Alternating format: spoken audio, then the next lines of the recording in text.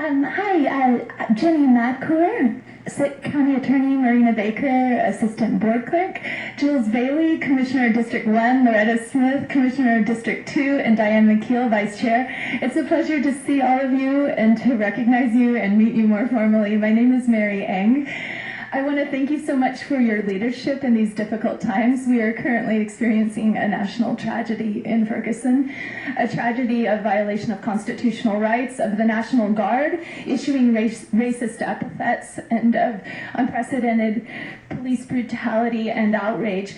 I've spoken with you about the outrages in Multnomah County, affecting us with the implementation of the Nazi and the hiding of Nazi memorabilia down in City Hall as an affront to our civil rights.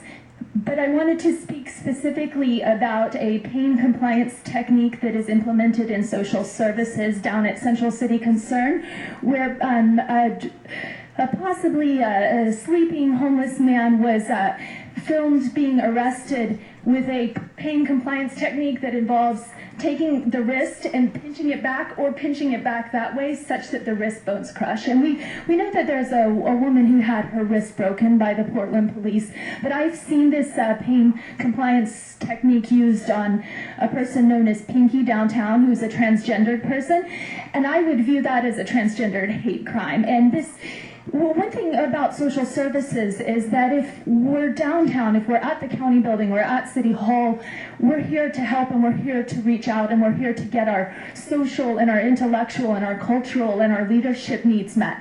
And we have a lot more needs besides food banks. And I think Multnomah County does a great job with food and food distribution, but we have other needs. We have needs for activities and for feeling like leaders and like we can make a difference, and like our disabilities can be taken seriously. So I think in some ways when I see that level of violence, it is actually serving as a deterrent for my involvement in the city.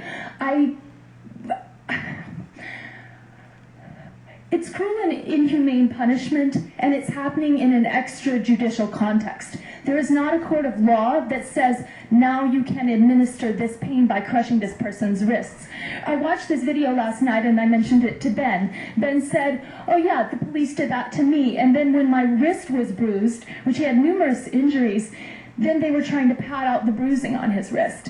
And if somebody is an American with disabilities or not, I think they still have a human integrity that needs to be respected.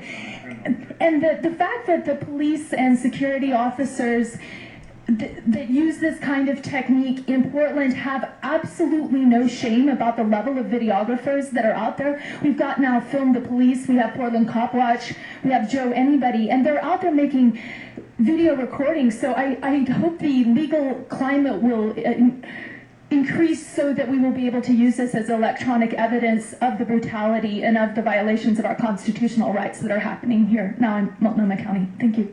Thank you.